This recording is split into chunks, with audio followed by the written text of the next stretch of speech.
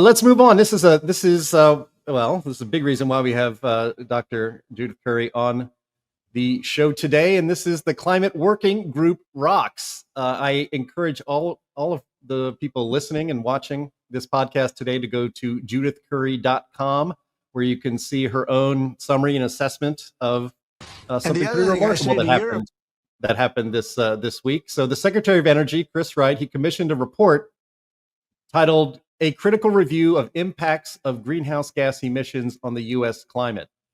It was authored by an entity calling itself, or I guess called by Secretary Wright, the Climate Working Group, which consisted of John Christie, Roy Spencer, Steve Koonin, Ross McKittrick, and one Judith Curry. From the Secretary Wright's foreword, I think this is a good description of the effort here. The Secretary wrote, "What I found is that media coverage often distorts the science. Many people, even well-meaning ones, walk away with a view of climate change that is exaggerated or incomplete.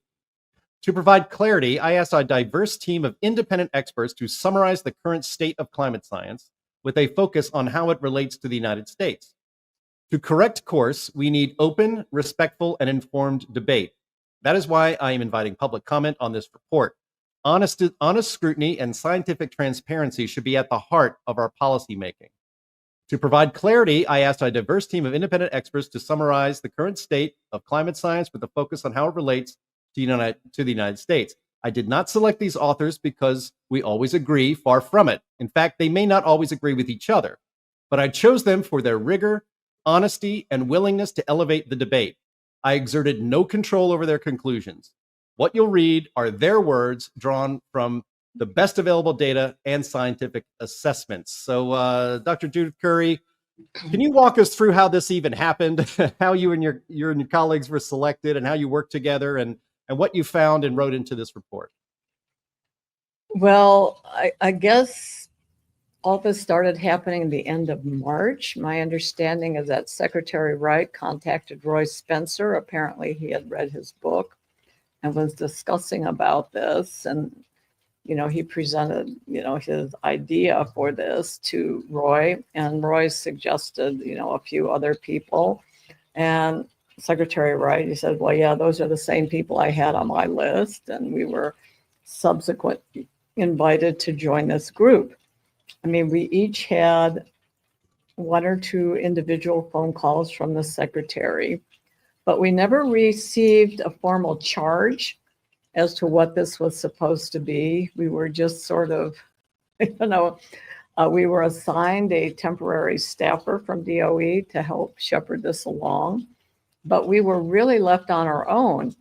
And it wasn't until like mid-May or so when we saw the secretary's foreword, that Jim just read, that we really had, well, what is the secretary thinking along these lines? So we were given, free rein with no guidance at all. Even, we had to,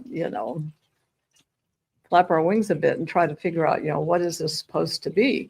What would she, what should this look like? How are we going to approach it? So it took us a while to get our bearings, but, we had a short time frame. And, so we all, had to put in a lot of hours to get this done. We never met personally. I mean, Roy and John Christie are, work together, but the rest of it, I didn't see any of the team members during this period. A lot of emails, a lot of Zoom calls, and we managed to pull this together. And apart from the short time horizon and the small number of authors, I think it's a pretty remarkable document. So, I'm pretty happy with it. So that's how I would have preferred to have, the report has been finished for about a month. I would have preferred to have it released earlier, but they released it concurrently with the EPA related documents. So, I mean, that's the backstory on it. And, some of the team members had collaborated with each other. but I had never collaborated with any of these individuals, and I've only met each of them, a few times. So, I wasn't entirely sure what I was getting myself in for, but I think it went surprisingly well, and I'm very pleased with the document. And, I want to emphasize that we want to stimulate dialogue and debate and discussion, no more consensus enforcement. This is a deeply complex issue. There's disagreement, there's lots of uncertainty. We need to get these things on the table and sort through the issues. And, it's once you get rid of and the issue is atmospheric scientists, climate scientists, whatever you call them, tend to have a very, maybe not meteorologists, but the so-called climate scientists tend to have a very naive notion of risk. The precautionary principle, well, this could happen through some sort of scenario, we need to get rid of it, especially if it ties in with our personal environmental values or other ethics. And so that they think that they can't really separate the science from their own moral and political opinions and their notion of risk. Uncertainty increases the urgency for action, all these kind of things. It's just like, and I've been in discussion with some scientists, even on a listserv, and, these are big names that you would recognize, and their notions of risk are so utterly naive. And risk management, I thought, oh, geez, no wonder we're in this kind of position when, even, so-called best scientists, or at least the ones with the greatest amount of recognition, are in this particular rut. I'll bring this up because this is something that I was reading today, and it really struck me that there's an article in the Wall Street Journal called "The Rise of the Climate Right." And they really talk about right-wing climate science versus left-wing climate science. And this really struck home because the so-called right-wing is very much tied towards observations. Okay. And, the risk perception is, well, it's better to, promote prosperity and energy abundance and then build resilience. Okay, and then left-wing climate science, if you will, is more the climate models. All we need to do is, analyze the output of climate models. Unfortunately, in this dichotomy, is theory, and I mainly, have a theoretical perspective, and I think that needs to anchor everything. But if you have to argue between the so-called extreme left and the extreme right wing climate science, that the right wing has the epistemic high ground because the observations are much more credible than the models. So, this is like a very cool article, and it's food for thought. Yeah, Kimberly Strassel is excellent on this topic and has been for many years. I do encourage our viewers and listeners to go to judithcurry.com where you can see her own blog post on this. But I also wanted to bring up, as you mentioned, Roy Spencer was a big part of this. He's also a friend of the show and a friend of the Heartland Institute and has presented at many of our climate conferences. And he has a blog post up here about this, up on his site about this. And he said that, among other things, the report presents evidence supporting the view that, 1, long-term warming has been weaker than expected. 2, it's not even known how much of that warming is due to human greenhouse gas emissions. 3, there are good reasons to believe the warming and increasing CO2 effects on agriculture have so far been more beneficial than harmful to humanity. 4, there have been no long-term changes in severe weather events that can be tied to human greenhouse gas emissions. And then 5, the few dozen climate models now being used to inform policymakers regarding energy policy are not fit for purpose. I imagine you wouldn't argue so much with Roy's assessment there. And If you want to elaborate on those findings and others that came through this process. Those are the high points. Those are some high points. The things that I really cottoned on to more were related to the extreme, the things that I think are the best in the report really relate to extreme weather in the U.S. John Christie in particular, but also with McKittrick and Spencer, and have curated all of these observations and cleaned up the data, and they present a really good analysis of temperature and precipitation related metrics over the last 120 years or so. And I think that presents a really important perspective. The other chapter that I think is particularly significant is related to attribution, not just global, the attribution of global warming, but also decadal scale issues like the recent drop in planetary albedo, but also impact drivers and individual extreme weather events. I think the report sort of lays all that out in terms of, what the limitations of the approaches are. And this includes a section that Ross McKittrick wrote on the statistical analysis methods that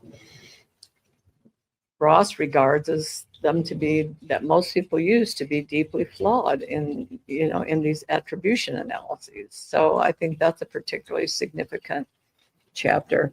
The other one that I really liked is the chapter 11 on economics and the social cost of carbon. I think that, is a, high level synthesis and a unique perspective that you don't easily get reading anything else that I've been able to read. So I particularly like that chapter. But it makes a lot of the important basic points, that Roy summarized. So that there's a lot of, I think pretty much anybody reading that report would come away learning something, no matter, I think there's a lot of really good stuff in there. The report was subject to an internal review from DOE, which included 5 scientists from the labs. These scientists were a little bit more heavily biased in the direction of ag and land and forests and everything. So we didn't have, a lot of what I would call climate physics kind of people reviewing it. But the comments were, pretty interesting. There were some tough reviews and we did make some changes, but at the end of the day, the main points, the main arguments, I think stood up very well to some pretty tough reviews. And that was like the first step. The secretary wants to have, and so do the authors, wants to have a very rigorous public review. And if teams of scientists choose to review it, or I don't know if they're going to have like a National Academy review or anything like that. I don't know. But there's very open to having people review this. And I think there's like a 30-day window for public comments, and the group will, respond to them and change the report as appropriate. Mm-hmm. So, this is, very open process, very transparent process. And, we're spending a lot of time responding to the reviews. On my to-do list for this weekend is to go through and finalize the formal response to the DOE reviews, tell them what we changed and, provide counter arguments for things that we didn't change. I mean, that's on my plate to finish that up this weekend. But, it's something that we take the review process very seriously. I regard this as, a learning process for everybody, to consider different perspectives and, to see what's out there. I mean, there's a number of issues that we raised in the report that are given very short shrift in the IPCC and the National Climate Assessment. That these things should be addressed. I mean, global greening, when do you ever see that talked about? And, some of these, the albedo issue, the planetary albedo issue, you don't see that one addressed. And the thing that I thought was particularly important in Chapter 6 on extreme weather events is the most recent National Climate Assessment looked at data like since the 1950s or the 1970s. And if you go back to the first half of the 20th century, you see a lot of really extreme weather events that the National Climate Assessment just completely ignored. So they could claim that they're getting worse and attribute it to, fossil fueled warming. So it's, people need to open up their minds, that they've been, they had the upper hand and, the consensus rules and, their professional reputations and the go-to media superstars, they were really entrenched in those positions, and they're playing power politics with their science. They're not really contributing to the overall assessment of this risk. They're just playing power politics with their science.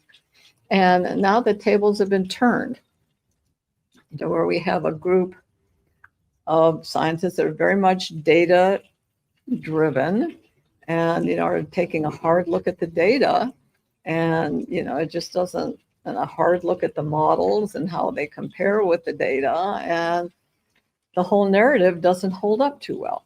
Okay, so there's a lot of uncertainties, and this whole game that people play with extreme weather events and attributing every extreme weather event to fossil fueled warming is, just a joke. I'm hoping this report, it debunks that. But we need. Dr. Curry, I have a comment and a question. You mentioned early on that you saw this dichotomy that existed between the climate science left and the climate science right, so to speak, for lack of better words, where it's observations versus models. And yeah, I think that a lot of them, and you mentioned that meteorologists not necessarily were, towards the left side of things or the belief side of things. And I think that's true because operational meteorologists, people that forecast from day to day or present weather day to day, such as I did for 30 years, we know the failings of the models, the short-term weather models. We know that they break down, as time goes on. And the fact that there's all this uncertainty that's part of the climate system, there's all this chaos that's part of the climate system, and also as part of the weather system, doesn't seem to be a concern for these folks. They see this as, I believe, more of a linear, it's going to just do the same thing forever and ever. They see a long-term persistence forecast out 100 years or more, and that's not real. And so why they tend to embrace that, I'm not sure. Maybe it's a failing in the way that they were trained. Maybe it's a failing in the way that they are taught to observe things. But one thing I have noted is that the people who tend to be the most in the bag for climate change and, model scenarios tend to be the people that never get out of the office. I remember very early on when I did the surface stations project, I believe it was Dr. Gavin Schmidt that commented, this guy's just going out and taking pictures of these weather stations. That doesn't prove anything. Well, he completely missed the fact that there's this, the microclimate that existed because of the asphalt and the concrete and so forth, and the long wave infrared that it emits at night. I mean, that's basic science, but he just glossed over it. Pictures, what the hell? They don't tell anything. But I do want to ask you, after you published this, how much blowback did you get? Did you get a lot of hate mail?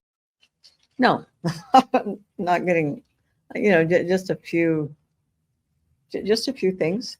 I think, the real climate crowd, Michael Mann et al., they're preparing some sort of a big rebuttal or response, which I look forward to seeing. A lot of the other comments have just been pot shots I mean, like Richard Toll, he had some specificity to his critique. And after looking through all that, again, I speak for myself, not for everybody else, but I think we will take out one sentence in the report and not change anything else. You know, it's just like a tempest in a teacup. There's not much there. You know, Ben Santer and other people, they haven't made specific criticisms of what we've done. Oh, that paper, somebody said they didn't like it, or somebody misinterpreted what I said, you know, and that's ridiculous. One that got a lot of press was Zeke Hausfather in one of his papers, whatever, that there's a diagram in the appendix or like a supplementary information that shows the predictions of emissions from the different, you know, at different times from the different IPCC assessment reports. And it clearly shows that the observations are at the bottom end of the envelope. Okay, and we use that. And I mean, it's a straightforward comment about that figure, but Hausfather was up in arms. They misrepresent my paper because they didn't include this about what I said. You know, well, we didn't choose to write about those things. We saw a figure that standalone makes sense that we cited. And so we've misquoted, we've misinterpreted, we've done all this. No, we didn't. We used a graph. The whole of science does this. The whole of science does this. They look at some particular passage in a paper, and then they talk about that passage or that diagram or whatever, and then they cite that specific thing. What planet is he living on? Yeah. Exactly. And they don't realize that, you know, the same data can support multiple narratives, you know, on a range of different topics. So, you know, like, get over it. So, yeah. And then there was another, the other thing is, so this is Rich. So the carbon brief apparently emailed the author, the first author of every paper that we cited, to ask how, not if, but how we had misrepresented their research. Okay. So several people who got these emails, you know, send it to us. Oh, look what we got. But apparently, it remains to be seen what they come up with. But the ones that the media identified, well, I read one today. Some assistant professor in Norway say we misrepresented her model. We didn't talk about the Norway model. The Norwegian model was included among 30 other models and a couple of graphs based on information, you know, in the official data sources. But she's claiming we misrepresented her model. You know, if you search for NOR-ESM, which is her model, you won't even find that word in our text. So they're claiming stuff that we didn't do. Yeah. Well, Judy, let me take a second here for the benefit of our audience, because there's a story, I'm sure you've probably seen it, from the French wire service AFP that's been hitting a lot of wires. And it says, the headline here says, "Scientists slam U.S. energy paper for misusing climate data." And it actually mentions at least one of the scientists you've already mentioned here. I'll read a little bit from it for the audience. And I really want to give you a chance to debunk, well, not debunk it, but respond to it in the way that it needs to be responded. It says here, top scientists told AFP Thursday that their research cited in a flagship climate report by the Department of Energy was misused to downplay the role of human activity in global warming. "It completely misrepresents my work," Benjamin Santer, atmospheric scientist and honorary professor in the School of Environmental Sciences at the University of East Anglia in Britain, told AFP. I would remind our audience that I believe East Anglia was ground zero for ClimateGate, which was for the suppression and the destruction and blacklisting anyone who countered them. All right, continuing. Santer said a section of the report on quote-unquote stratospheric cooling contradicted his findings while citing his research on climate fingerprinting, another quote, a scientific method that seeks to separate human and natural climate change as evidence for its analysis. And it goes on here to say AFP and other media, including Notice, a U.S. digital news website affiliated with the nonprofit Albritton Journalism Institute, they claim to have found inaccurate citations, flawed analysis, and editorial errors across the document. So that story is out there. It's on the wires. It's an international story, Judy. And I just want to mention to the audience, the Albritton Journalism Institute is funded by the guy who funds Politico, which also owns E&E News, which are both left-wing magazines that are paid specifically to push a climate alarmist narrative. So with all that in the background, Judy, if you could have some Well, response. okay. The DOE and the Climate Working Group, we all agree that this should not be mediated through the media. Okay, the DOE is setting up, and it's supposed to go live today, a comment portal where people can submit their comments, okay, which will be sent to the committee to respond to. Some of these comments may result in changes to the report. Others will be responded to in a way where we don't think the response in the report is appropriate, but we will address the comments, and we will do it in a systematic and organized way where people, what would we respond to, in what Ben Santer said? I don't recall that we mentioned his optimal fingerprinting, him in the context of optimal fingerprinting at all. Things that just don't make sense until somebody puts through, it says, page 37, paragraph 3, this particular statement, is incorrect because, and here's the documentation for why we think it's incorrect.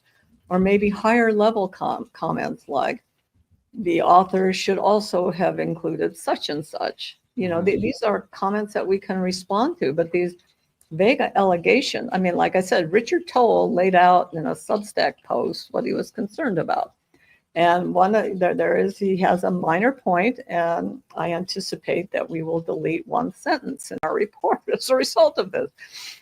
But the other ones are just vague smears, or just people being petty, or, they would have liked us, if we're going to reference their paper, they would have liked us to make a different point, like Zeke Hausfather. Well, no, that's not the point we're making. But we do think that your graph is particularly informative, and we're going to use that as part of our narrative.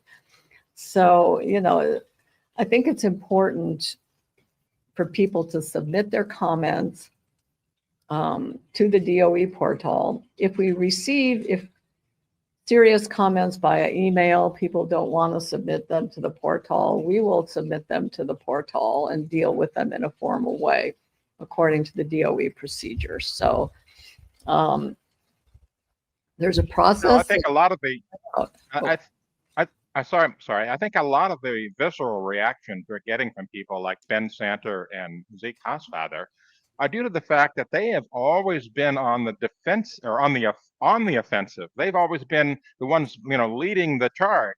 Now they're on the defensive, and they don't know how to act. They're totally befuddled, and so they just sputter out these, things without any basis because they're just not prepared to be on the defensive. Okay. And I think a lot of the blowback, to the extent that there's blowback, is it's not scientific. It's a lot of ad hominem. It's attacks on character. It's attacks on political points of view. It appeals to numbers, but it doesn't have anything to do with science, which is driven by data. And if you can't attack the argument, you attack the people. And that's what a lot of this stuff has been doing. As far as the supposed misuse of various scientists' arguments. Look, I read every week, I read science papers. And quite often, these papers are always hedged. Used to, I never saw such hedging in science documents. But on the climate issue, they're hedged. So a paper will show, oh, well, Antarctica is gaining ice for the past 3 years. And they'll say, this is the data. We've gone out, we've done the research. This is the data.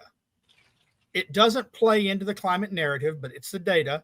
But then they'll hedge it and they'll say, but we're not saying humans aren't causing dangerous climate change. And so if you were to use their data and say Antarctica has gained ice, they'd say, oh, well, you've implied that we're saying that climate change isn't causing dangerous changes in Antarctica, but that's not what we're saying at all. And how do we know that? Because we hedged at the very end of our paper saying we're not saying that. Don't follow the data, follow what we're told we're supposed to be saying, and that we say at the very end. Okay, now the media our, the bigger outlets aren't calling us deniers. We're being called skeptics or contrarians. So, I mean, you can't read our bio sketches and, call us crackpots or deniers or anything like that. So the media is the more, I would say, the New York Times kind of things aren't using the denier word. And they're trying to look at real critiques. So the ad homs are there, but they're not as bad as they usually are.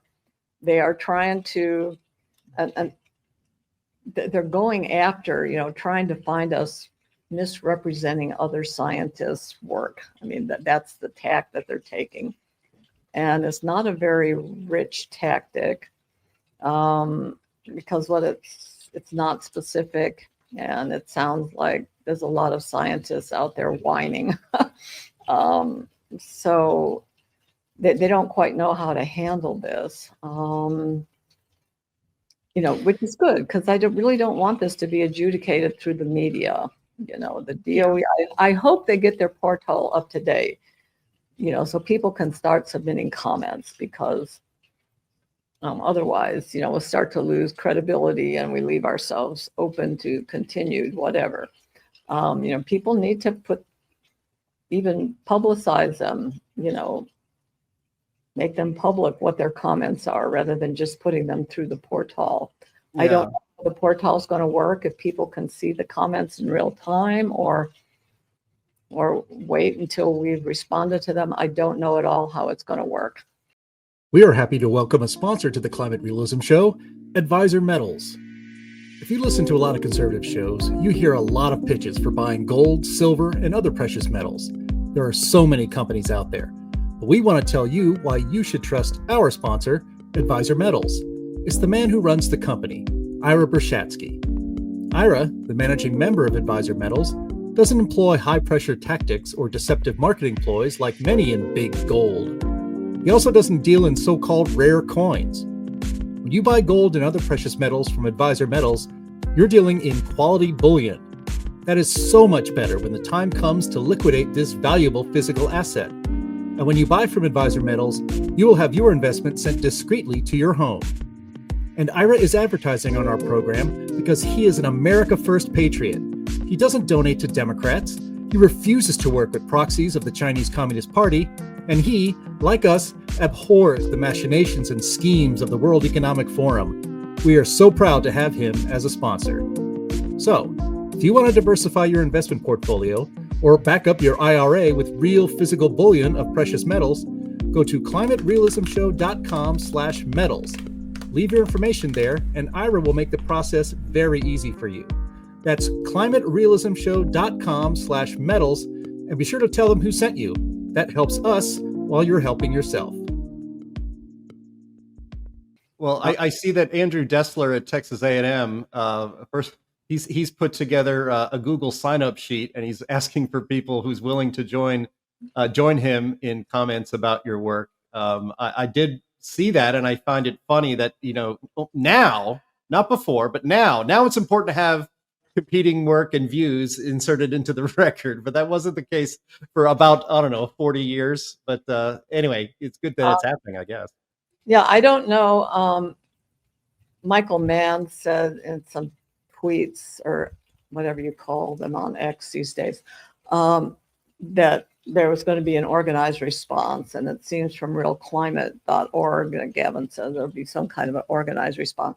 I don't know if that's all the same response. I assume that Dessler would be chiming in with the Real Climate crowd. It's hard to know. But, based on the comments that we got from the DOE scientists, and I said there were a lot of agriculture ones. There was a lot of land and agriculture, comments and global greening and all this kind of stuff. And we did add a number of references. But it didn't really change the punchline in any kind of meaningful way. So that's a part that's been gone over pretty thoroughly. On the physical the physical climate side, I mean, I think it's all pretty straightforward. I think there probably will be a lot of discussion about Chapter 11, which is the economics and the social cost of carbon, which really, again, and this is largely written by Ross McKittrick. I contributed some stuff on tipping points and things like that, but that's, I think, the key chapter, relating to the endangerment finding, in all honesty. And I think that will receive a lot of scrutiny, and the whole environmental economics, there's like the old school people who think that climate change is like a very small deal. And then you've got this new generation of climate economics people, that are, really amping up the social cost of carbon and all this kind of stuff.